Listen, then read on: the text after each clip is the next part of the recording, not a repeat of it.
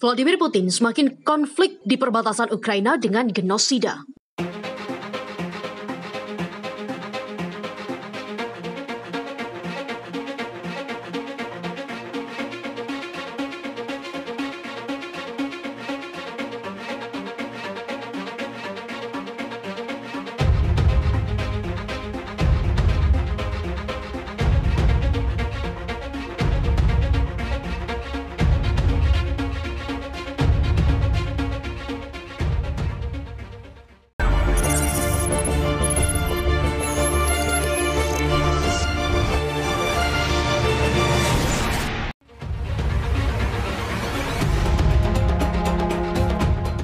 Presiden Rusia Vladimir Putin menyamakan konflik yang terjadi di perbatasan Ukraina dengan genosida. Pemberontak yang didukung Rusia juga telah berperang dengan tentara Ukraina di perbatasan kedua negara sejak 2014. Tensi tinggi antara kedua negara pun kian membesar setelah Rusia menempatkan pasukan dalam jumlah besar di sana. Pernyataan keras Putin tersebut diungkapkan pada Kamis. Hal itu terkait dengan masalah diskriminasi terhadap warga yang berbicara bahasa Rusia di perbatasan Ukraina yang hidup di wilayah Donbas.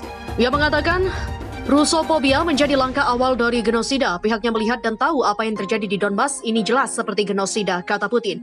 Meski begitu, Rusia menjadi sasaran Amerika Serikat dan sekutunya yang mendukung Ukraina atas penempatan pasukan di perbatasan. Pertemuan Presiden AS Joe Biden dan Putin pada Selasa disebut sebagai usaha untuk mendinginkan suasana. Namun Washington telah memperingatkan Rusia bahwa mereka akan menjatuhkan sanksi jika negara pecahan Uni Soviet itu memutuskan menyerang Ukraina. Sementara itu, otoritas Ukraina menegaskan bahwa Moskow telah berencana melakukan serangan militer pada akhir Januari. Tetapi, pejabat AS mengungkapkan saat ini masih belum jelas apakah Presiden Putin sudah membuat keputusan. Sedangkan Rusia sendiri menuduh Ukraina telah melakukan provokasi. Mereka juga mencari jaminan terhadap ekspansi NATO ke arah timur dan penyebaran senjata di dekat Rusia. Vladimir Putin mengatakan kepada Presiden Prancis Emmanuel Macron bahwa pemerintah Ukraina telah memanaskan situasi konflik di Donbas tanpa adanya kecaman dari negara-negara barat. Hal itu disampaikan oleh kantor kepresidenan Rusia dalam siaran persnya. Putin juga menekankan bahwa eskalasi ini terjadi karena Ukraina mendapat pasokan senjata canggih dari negara barat, di mana hal itu juga menjadi ancaman keamanan bagi Rusia sendiri. Dalam pembicaranya dengan Emmanuel Macron tersebut, Presiden Rusia menyebut bahwa Ukraina sudah melakukan pelanggaran terhadap perjanjian Minsk. Perjanjian Minsk itu sendiri ditandatangani pada tahun 2015 oleh pemerintah Ukraina dan perwakilan dari dua republik rakyat yang memproklamirkan diri di timur Ukraina yang memberontak melawan Kiev setelah aksi kudeta pemerintahan Ukraina yang didukung Barat pada tahun 2014. Perjanjian tersebut didukung oleh Rusia dan beberapa negara Eropa termasuk Prancis, namun tidak ada pendukung Barat yang mengindahkan seruan Moskow untuk menekan Ukraina agar mulai memenuhi kewajibannya berdasarkan perjanjian Minsk.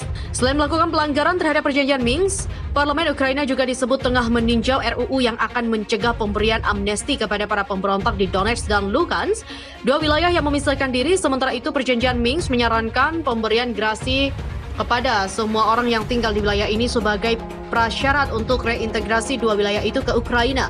Situasi di perbatasan Ukraina-Rusia juga kian tegang dengan adanya penumpukan ratusan ribu personil tentara Rusia di sana.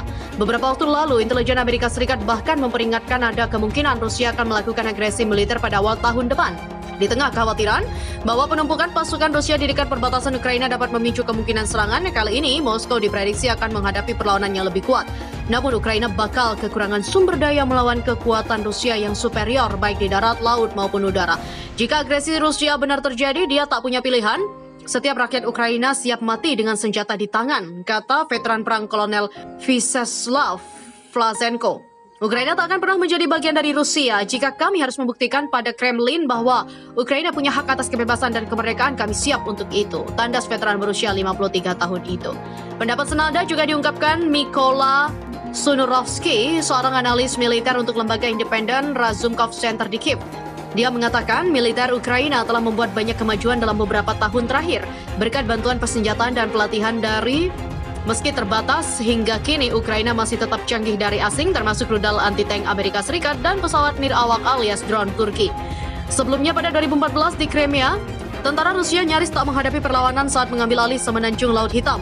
Saat Rusia mencaplok semenanjung Crimea milik Ukraina dan mendukung pemberontak separatis pro-Rusia di timur lebih dari 7 tahun lalu, pasukan militer Kiev berada dalam kondisi minim dana dan tak terorganisir, di mana Ukraina juga siap perang melawan Rusia tapi kekurangan tentara dan senjata. Dua personil tentara Ukraina juga tampak memperkuat barikade pertahanan di garis depan di dekat kota Novoluhansk. di wilayah Donetsk, Ukraina dekat perbatasan Rusia pada Kamis kemarin.